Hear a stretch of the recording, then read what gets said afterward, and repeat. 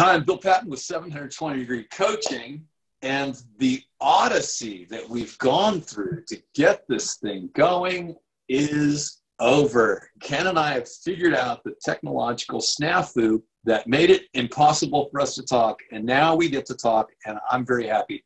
Ken, how are you doing today? I'm doing great, Bill. Thanks.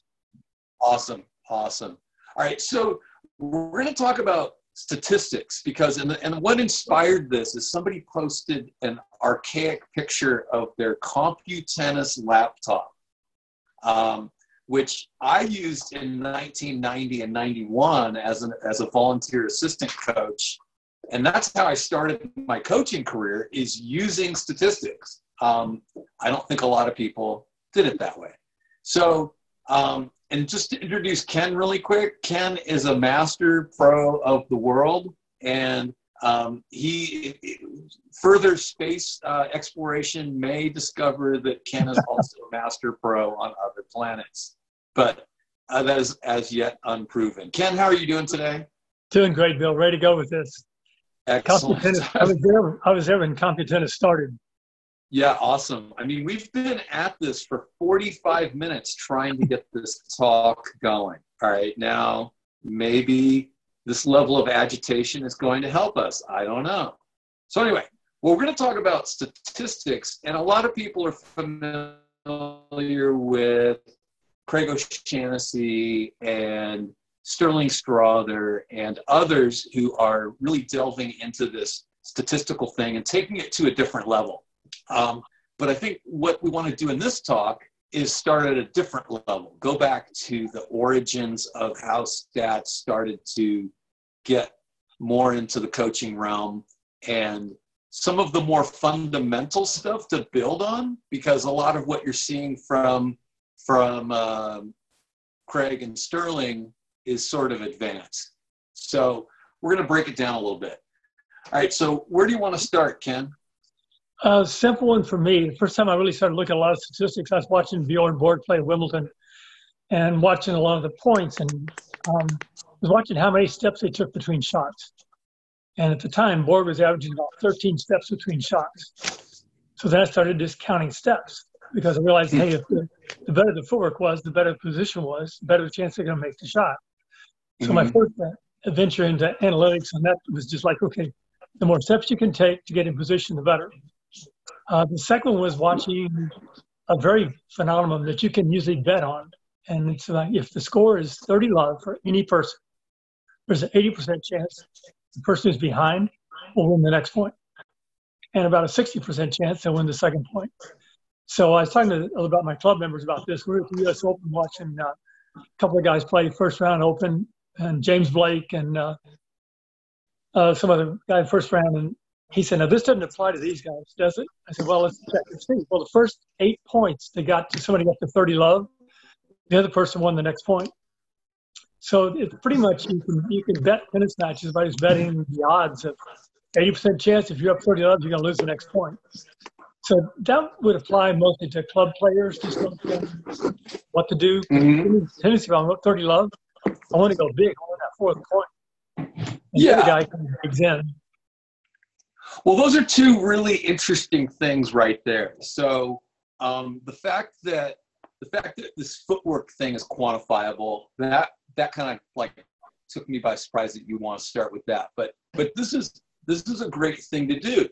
And I remember you talking about the average player, takes this many steps, and then the better player takes that many steps, and that became a point of interest for me and a fascination. So I really began to look at that. For me, it comes down to the very basic stats of how to win a tennis match. And the number one thing that I think we gloss over is that 70% of the errors in a match are in the net. And so I have a little pet phrase that I use with my players: balls in the net make me want to vomit. So, and it's kind of, and they, after a while, they get used to my sense of humor, and so they understand that this is the running joke, right? And so after I've sort of said this enough that they should understand it and they should start applying it to their game, if they start to if they continually hit the ball in the net, then I start going, then they realize, okay, yeah, I guess I'm still doing that. So one of the most important things for me, if I'm teaching anybody at any level, but especially my beginners, is net clearance. Right. Because if you can take that 70% and you can cut it in half because your net clearance is good, right? Then that means of that 35%, then you're probably going to get 10% more they're going to go long, and 5% they're going to go wide on this side, and 5% are going to go wide on that side. And so you've reduced your errors by 15%. We look at it kind of simple, like you did too. If you hit the ball in the net, how do you lose to a 3-foot midget that's 42 feet wide and doesn't move? The second way, if you hit the ball in the net, who has to pick it up? You do. If you hit the ball out, who has to pick it up? They do. You want to pick up balls and play tennis. So if you keep the ball out of the net, you don't have to pick up a whole lot of balls. Well, and that appeals to the teenage mind very well. So, you know, we talk about that a lot, is if you serve and your serve goes in the net, now you got to do the walk of shame before your second serve. What's that going to do to your confidence? I mean, do you feel tremendously confident after you've done the walk of shield? You have to go pick up that ball. And then, you present that to a teenager and you say, hey, if you hit it long, they have to pick it up. They go, Coach, you're a genius. Wow. Wait, I can get out of work? I can make them work harder and I will work less if I hit the ball long? Yeah. Sure. So, no, it really appeals to the teenage mind. Another one I asked them is this. When was the last time you saw your ball go in the net and your opponent called it good? Right? I mean, never. It never, ever, ever happens, right? But how many times have you seen your ball, you know, an inch or 3 inches or 2 feet out, and the opponent calls it good? I don't know how many times I've seen a ball that's 2 feet out get called good because it was too fast for the person to make the call. I mean, it happens, and many balls that are an inch out get called in. So, all right. So should we get a little bit deeper in? Let's talk a little bit about how to avoid hitting in the net. One of the things we've always used is either, like Joe Denifer has the air zone, which is a little rope that you can string above the net. And as soon as you put it there, it's amazing. Players start actually hitting topspin because they realize they have to hit up over the rope instead of through the net. Problem with tennis is you can see through the net. You actually forget that it's actually a wall there. And until you hit the wall, then you forget you had to go pick up the ball. But air zone was a good one. The other we used the tennis target trainer, which is something I did about in the 1970s. But it gives them it's painted yellow in the top half. It helps them to visualize the space above the net to play through, as opposed to playing through the net. Because when you play tennis from the baseline, you have to look through the net to see the court, and you forget that's an obstacle. You know, some pros have more storage space than others, and I have almost none at my club. So I don't have a lot of space for a lot of extra tools. So the way I accomplish that is I have my player at the baseline, and I stand at the net, and I ask them, what's the average height off the ground of a top player? And it varies between 5 feet and 6 feet. Right? So Nadal's balls on average go closer to 6 feet off the ground, almost 3 feet off the net, right?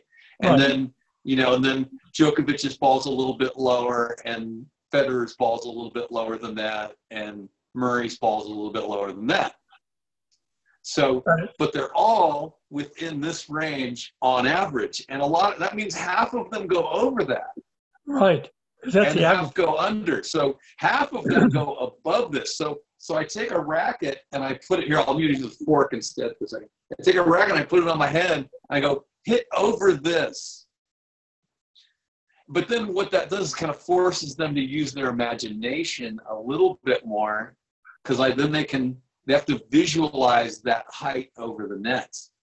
So So I think we can get creative. I've done that where I've strung a rope across the courts from fence to fence, and it's a lot of fun.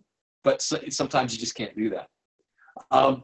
Should we dig a little bit deeper in how not to hit into the net?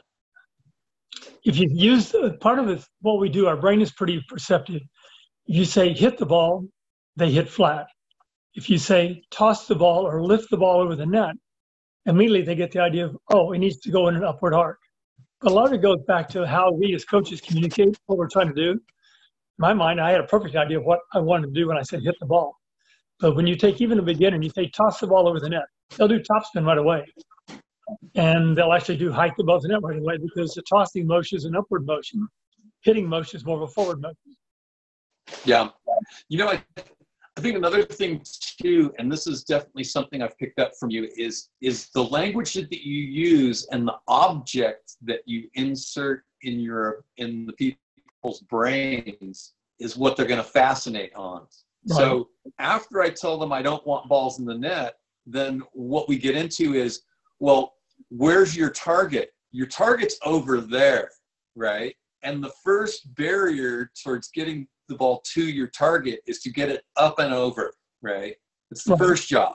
So, but it's interesting, and I can relate to this as when I was not such a great player, is if I had netted a few balls, then the net started to look 6 feet tall. It does. And so I've started to fixate on the net, like, okay, I have to get the ball over the net, and I'm looking at the net, and so what you look at, that's where you're going to hit.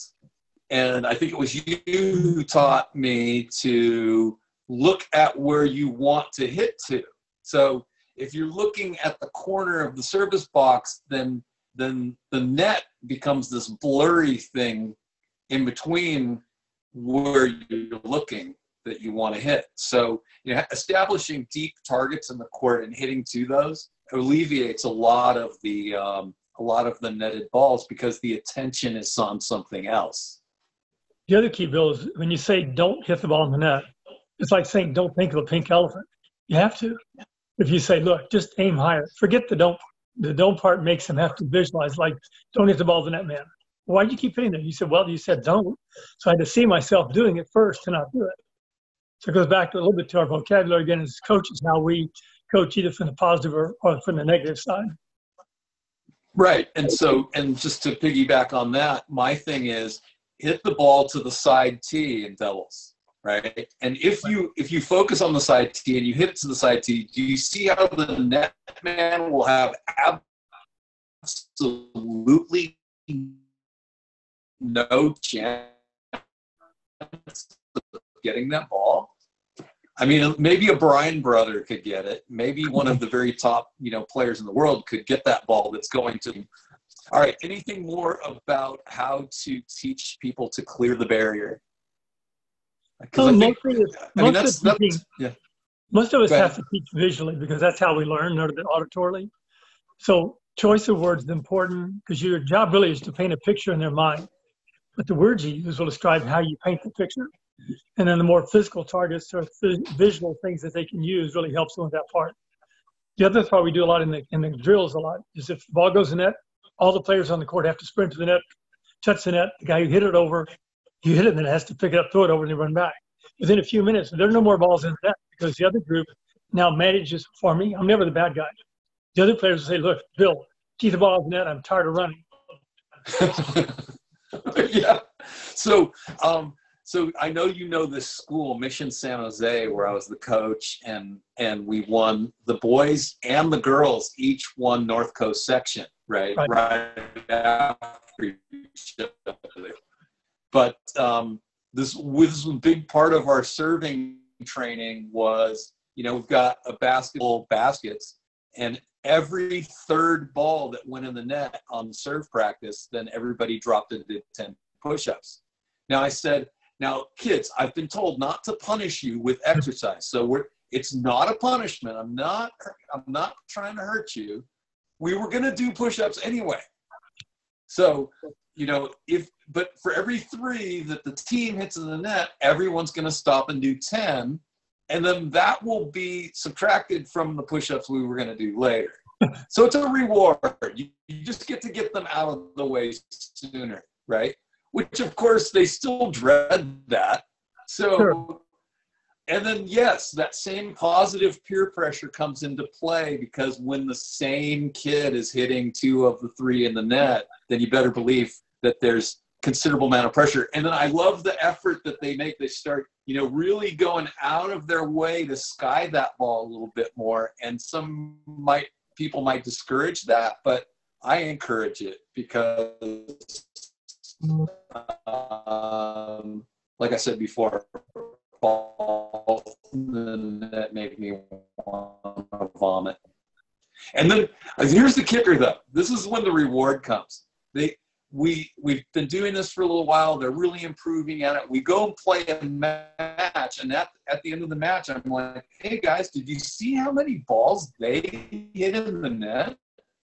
Right? Wasn't that fun to watch them hit in the net and us not quite as much? Did you enjoy watching them make the walk of shame before they were going to hit their second serve?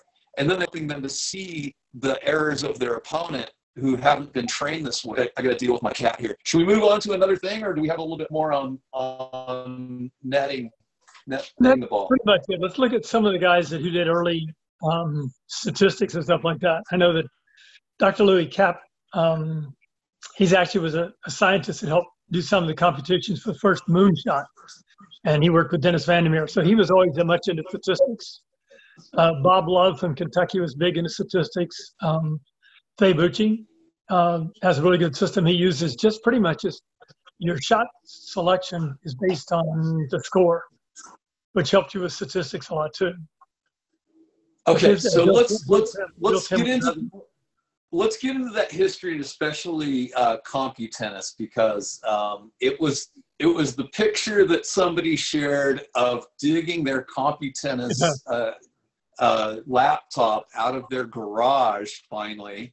So this is all thanks to the pandemic that somebody located their Computennis, and then we're talking because of that. So so let's go back to those early days, because I was blessed to have started with statistics as a heavy part of my introduction to coaching. And I was always a stat geek. I mean, I would watch a baseball game and somebody would go 3 for 4, and I couldn't wait for the paper to come out the next day to show the increased batting average of the player that I was rooting for. So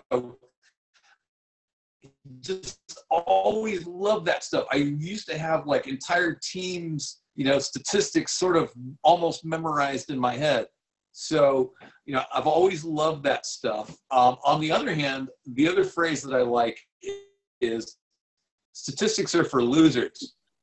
So I think the point is you can learn from your loss if you've got some statistical stuff behind you. Anyway, so tell us a little bit about the origin of Bill Jacobsen and Dennis and Dr. Louie working on that. It was really fun to watch him. At the time, I was the executive director for the PTR, so my office was right above the Vandermeer Tennis Center. And Bill and them were always working on statistics. And Dennis was a member of the Men's Society, so he's big on numbers anyhow. And it was interesting because he was saying, he would challenge Bill about, what about this? What about that?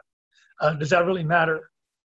And at the time, of course, the systems were so big, they were kind of cumbersome to deal with everything versus today's modern method. But all the stuff we see now came about because of early, and I'm sure Tilden and those guys are big on statistics too. I can see Bill Tilden be a big one on that. But Bill Jacobsen was the first one who did computer stuff that really kind of set things in motion. And they did Computennis on TV. They'd post the results and post the percentages on TV sometimes off Bill's stuff.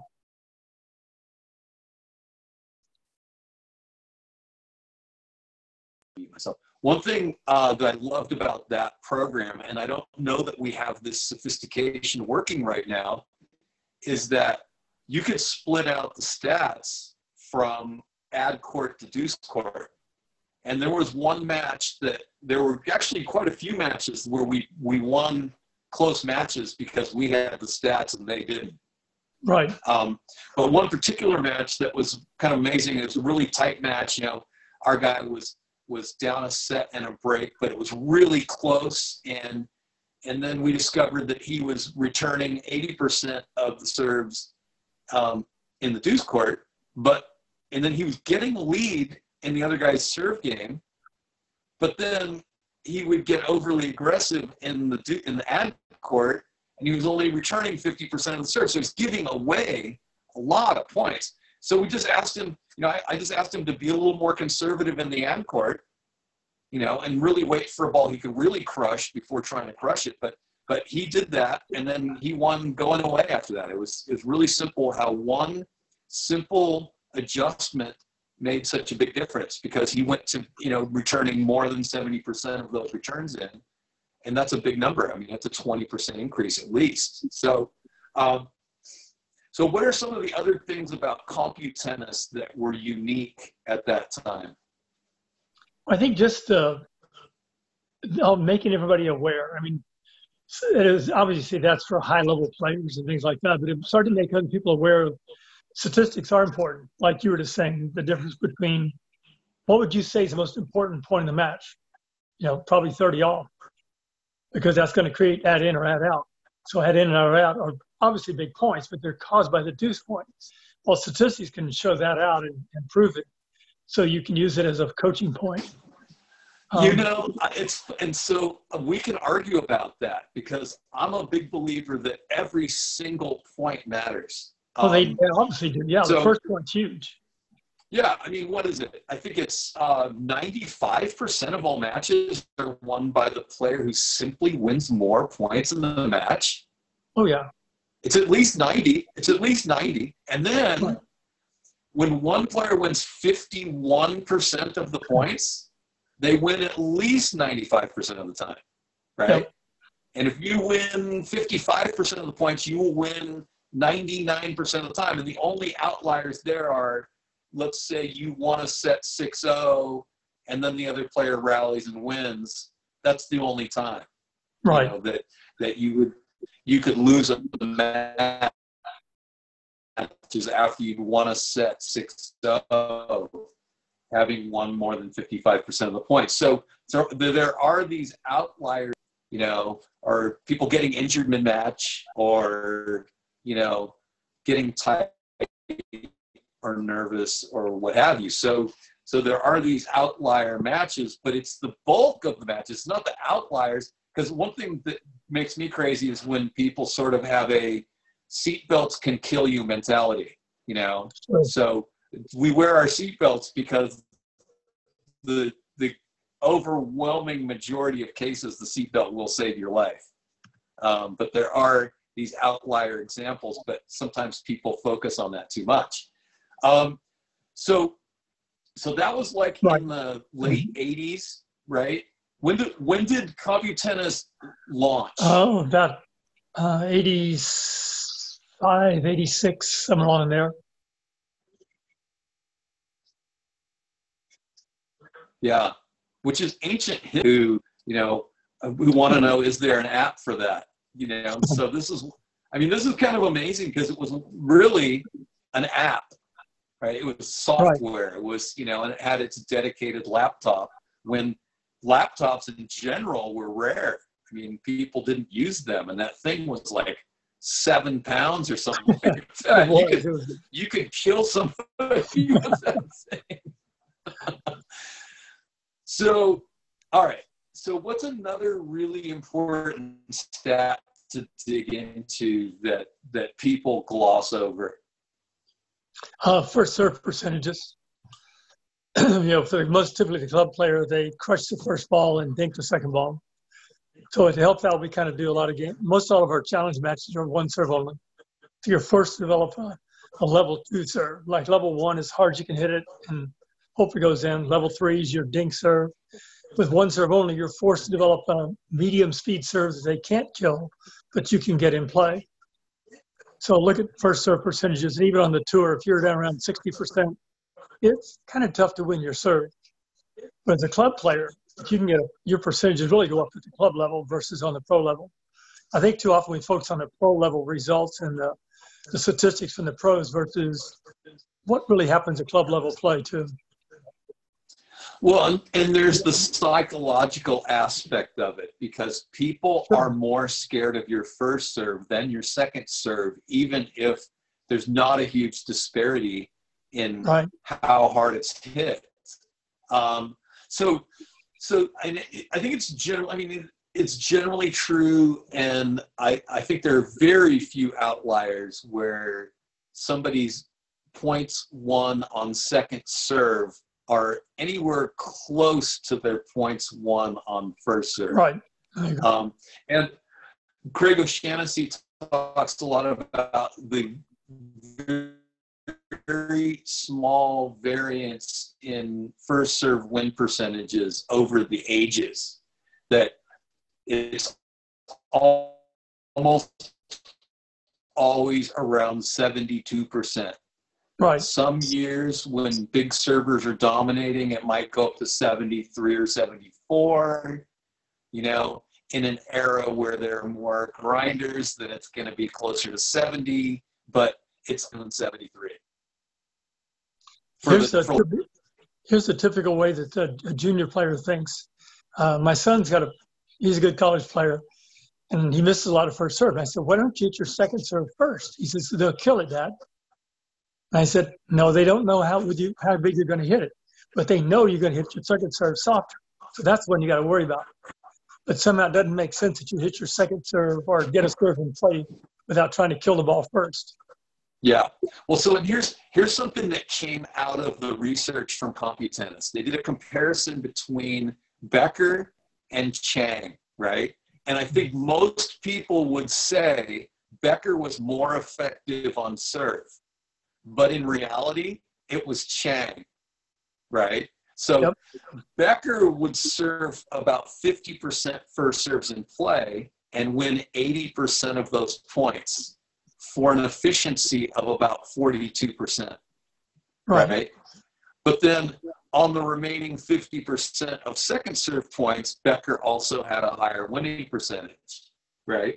Chang, on the other hand, would serve 75% and win 60 and win about 70% of those points, but then also he had a higher percentage of points won on second serve because his game was so much more based on defense. So overall, but if Chang hadn't served close to 75% of first serves in, then it would be nowhere near that. But by a very small margin, Chang was more efficient on serve than Becker. Right. But we're always impressed by power and speed. You know, do you want a Prius or a Corvette? Corvette, man, it's faster and got more power. Right.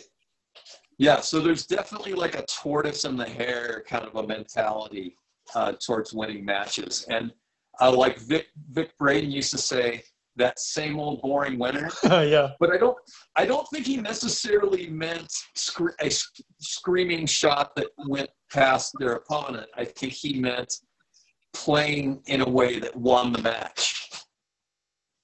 So, I mean, yeah, I know that when I learned to become a lot more conscious about reducing errors, then that my game went up a lot. And in my coaching with high school kids, I always tell them, it's probably about 5 times more likely that you can reduce the amount of errors you make in the match than it is that you can increase the amount of winners or forcing shots. Right.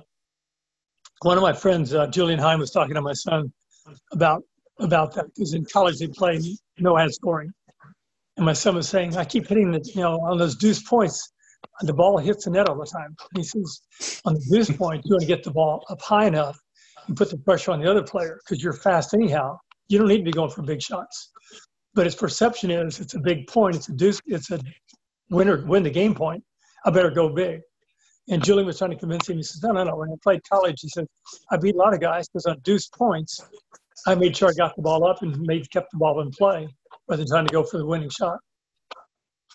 Yeah, I mean, there's a case to be made for if you are an incredibly offensive skilled player, sure, you might want to still play offensively on those. Play true to your game, right? But at the same time, you might take it down a notch. When it's when it's all on the line. Because I see kids who go all of a sudden non-aggressive, and then they tighten up because they're so afraid to miss, that they actually lose points to people who don't have as much of offensive firepower as they do. So there's sort of a dice roll to it.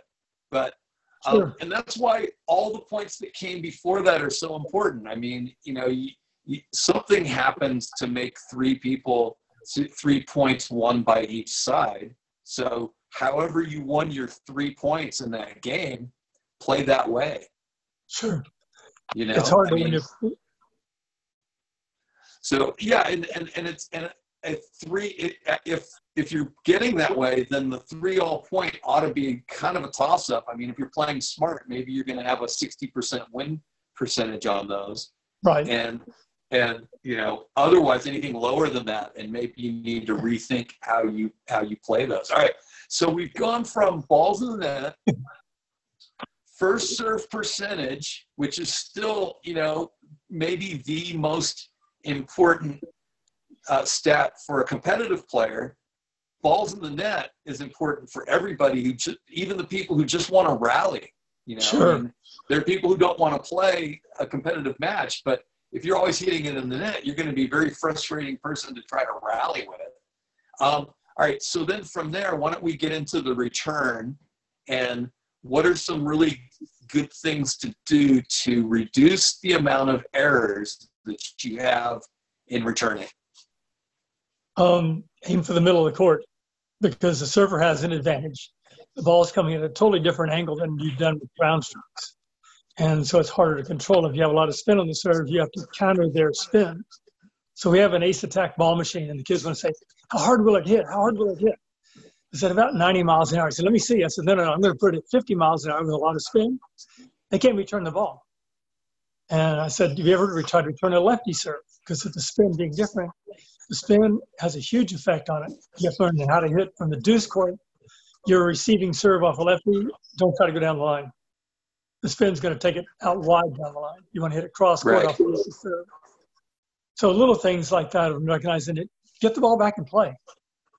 And think about this, Bill, like most coaches go out there and we practice ground strokes for an hour, and then we say, okay, let's do 10 minutes of serve. God, I hate it. Okay. How many times we never allow the kids to feed a ball in, they have to serve it in. You're doing a ground stroke drill, talk to the point with the serve and return, then you do your ground strokes. So that way you're practicing serves all the time, and you're warming up your serve motion instead of using it at the last 10 minutes when the last thing you want to do is be out there serving when you were thinking about we should be leaving the court now. Okay, so the legend Reno Manny has weighed in on Facebook Live. So I'm going to read his comment here. All right. Hello, Reno. Honored that you took the time. All right. Taking 3 game plans into every match is important. Being able to mix it up efficiently when needed is an effective strategy. Going for winners might be a game plan to implement for certain periods of a match. So, yeah, and that reminds me of like a Monica Seles, right? The closer the match, the harder I hit. And I mean, in fact, here's another match I remember distinctly. Remember Megan O'Shaughnessy? Mm-hmm. Megan O'Shaughnessy, right?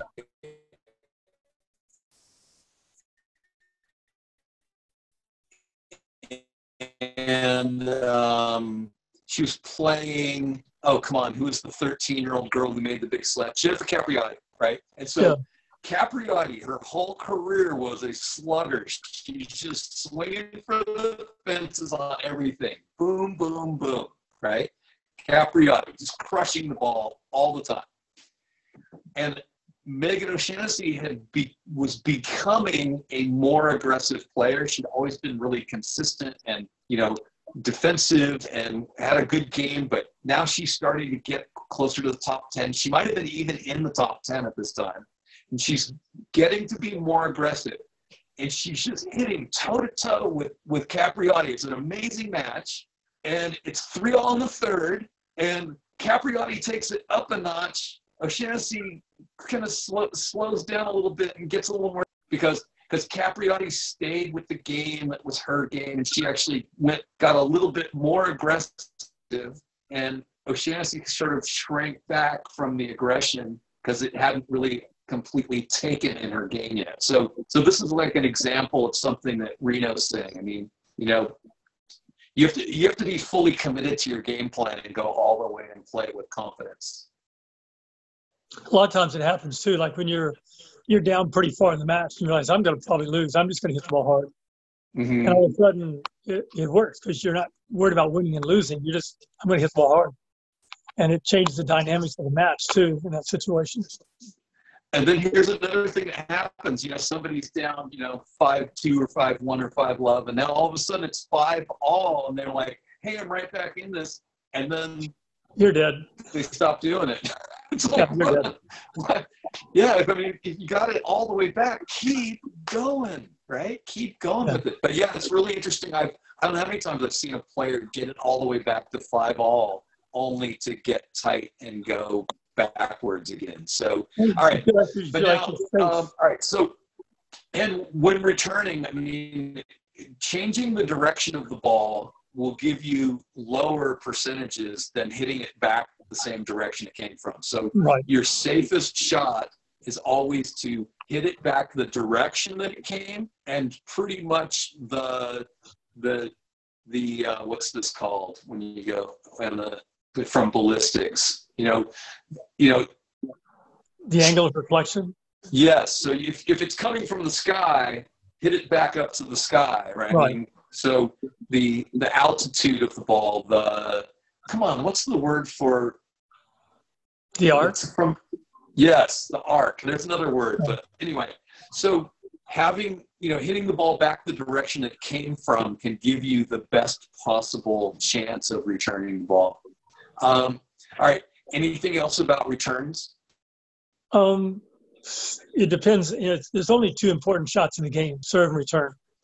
And the return of serve is probably the least practiced of all shots outside the overhead. Yeah. And so when you go out to practice your serve with your players, what do? You go out, everybody practice serving. How many guys are down there returning serve? And that's why it's important in your drills, in your games, to have the players start the point with a serve and a return before the point instead of feeding the ball in underhanded. Absolutely. And so here's a drill that I like. And so when I'm coaching a team, maybe early in the season, we will have a dedicated serve practice with no returns, just because we want to establish our serves. So, but as soon as those serves are established and they will make good return practice, because it's kind of hard to, with high school kids, to have a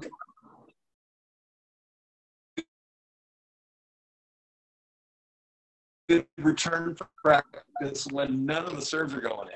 So first we get the serves going in, then 3 minutes we will serve, and we'll have 2 servers for every 1 returner. So one person will step up and they'll serve 2 serves to that returner. Then the next person steps up and they serve 2 serves to the returner. And we do that for 10 minutes, then blow the whistle, and one of those servers becomes a returner. And we do it until everybody got a chance to have 10 full minutes of return practice.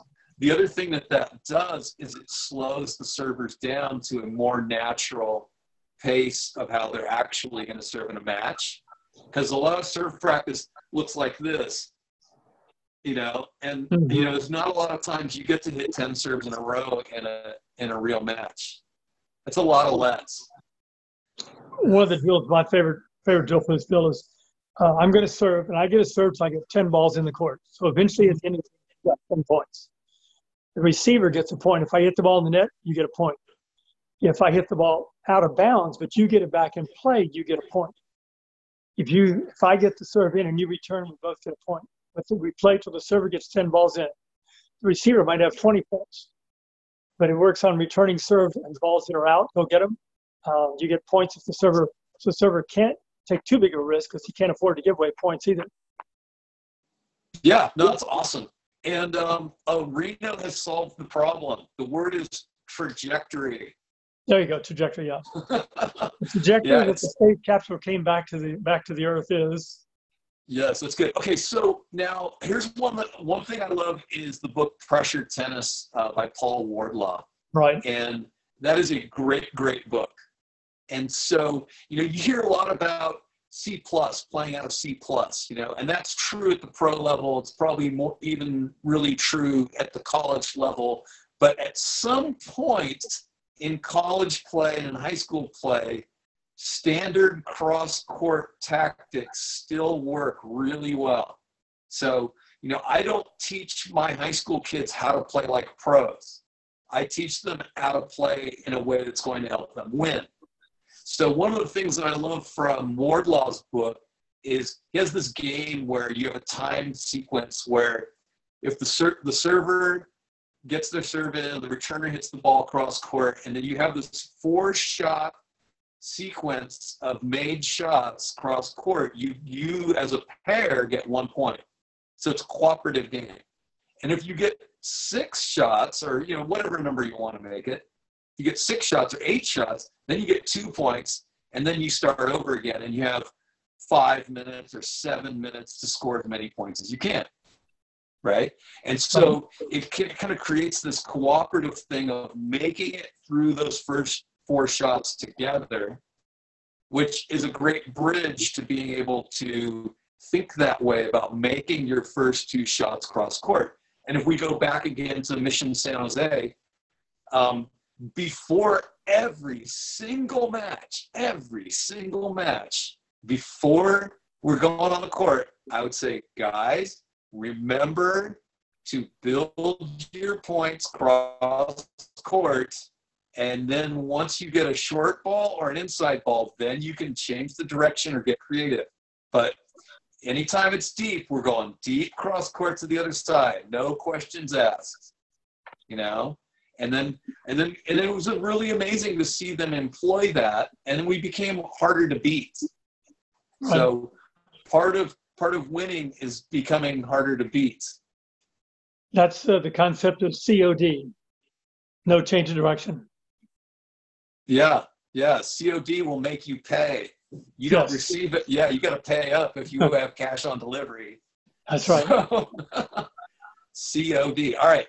So, is there one more thing that we should cover really quick, or should we wrap it up?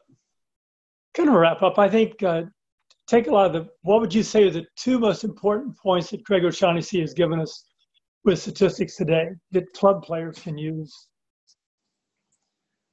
That you are the second most important person on the court, that it's finding out where you're, and this goes back to Bill Tilden, so right. It's not an original thought in that regard, but it's a good reminder, is you're the second most important person on the court.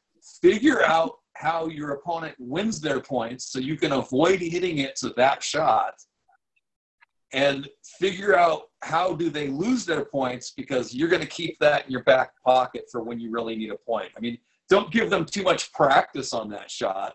Sure. But if you know they hate high backhands and you've got game point, well, you're gonna give them some high backhands on game point or break point. So when you really need a point, Reno says, great video, thank you, coming from you. That's a real compliment.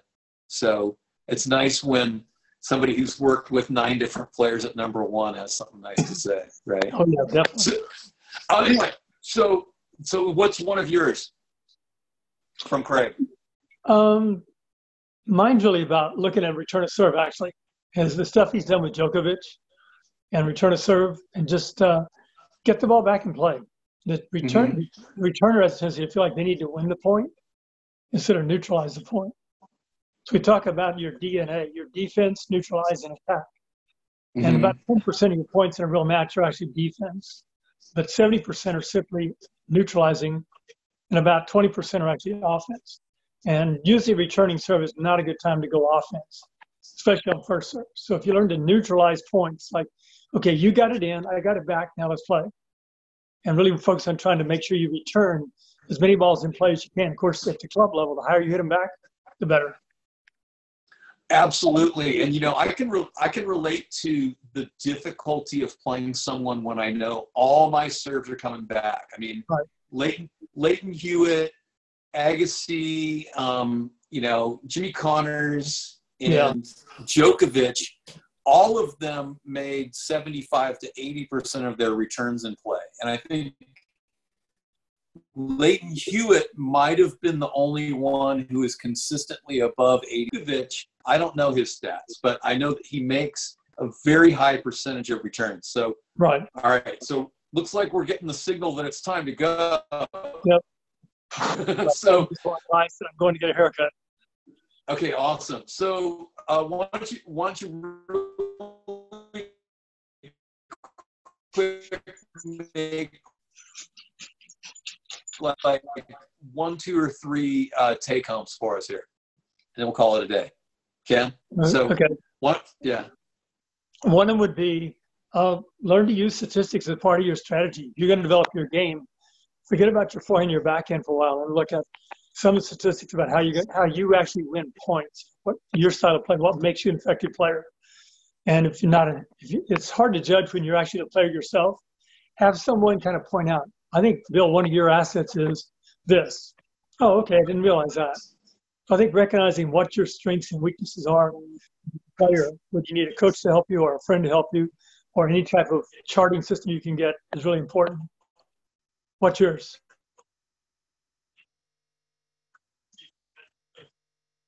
Yeah, I would say I would hit in the net, because if you don't know that, then you won't know if you're hitting too many there, because that's like you have no chance of winning that point if you hit the ball in the net. But even if you hit the ball out by an inch, you still have a chance, because they might call it good. All right, what's number 2? Wind might blow the ball in. It might be an act of God that blows the ball. What's your second one? My second one is actually, awesome. Like I did earlier, numbers of steps. Most club players don't move till the ball's been hit, and then they sprint. It's actually the idea of like a boxer. Can your feet stay in motion so your acceleration is quick and smooth versus stop and start? So as you usually every 2 steps you add to your movement raises you 1 skill level. So if you're a 2-5, 2 more steps you go to 3-0. 2 more steps you go to 3-5. Lose 2 steps, you're back down to 2-5. So it's a 2-step approach to improving your game. All right. Okay. Any final words, and then we'll wrap this thing up. No, it's been fun talking to you about that, and it's fun with all the Facebook stuff everybody's doing about. Oh yeah, I thought about that. Like all the posts I get about the old time rackets. Oh yeah, I played with that. And the Computennis thing brought out the idea like, yeah, we did statistics a long time ago. We've been doing that for eons. I bet Tilden was probably the ultimate analytic person in his era about statistics. Yeah. I mean, he would tailor his game to what was going to bother the opponent the most. What about Bobby Riggs? And in his book, see, there's another one there. So, yeah. and then Alan Fox, right?